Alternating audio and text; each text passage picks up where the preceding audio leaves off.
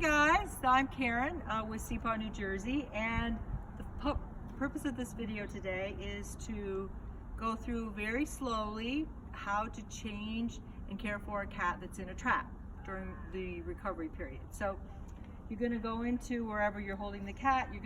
The cat's going to be covered with a towel or a blanket or something, because this is how we always keep the cats nice and safe and secure. So you're going to pull it back just a little bit.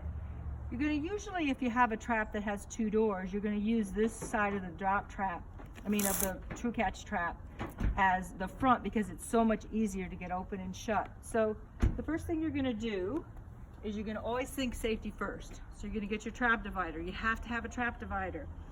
There are, I guess, other things you could use for this purpose, but hopefully when we loan traps to people, we'll also be able to loan trap dividers. And the point of this is to keep the cat safe, and so that when you're changing the trap, there's not going to be any problems. So as you can see, we have a lovely cat here, and what I'm going to be doing is I'm going to be putting the trap divider way back here, just from the top, and you just do it gently. You talk to the cat. I mean, they could be hissing, they could not be hissing, they could be scared, petrified.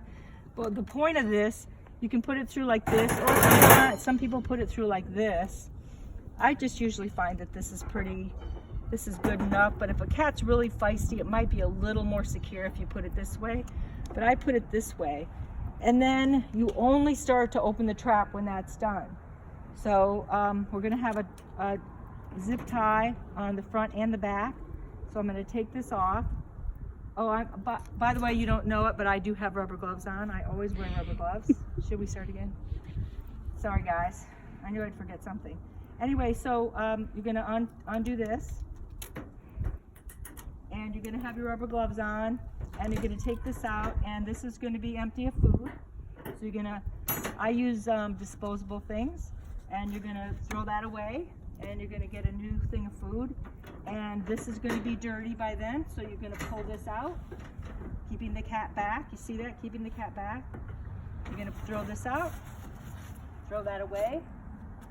Then you're going to put a new one in. Now sometimes you also are going to have a water dish in here. Sometimes you're going to find that that water dish, which isn't going to be paper, it's going to be a plastic cup or something, has gotten all the way to the back. So it might still be way back there. So one of the tricks that I use, I get a clean thing in here, is this can be your friend, which is chopsticks. So you can either use both of them or even just use one of them.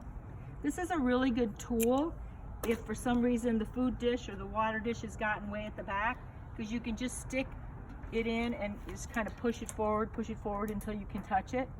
So chopstick is a good friend. If the cat's a little bit friendly, you might even be able to give it a scratch on the head.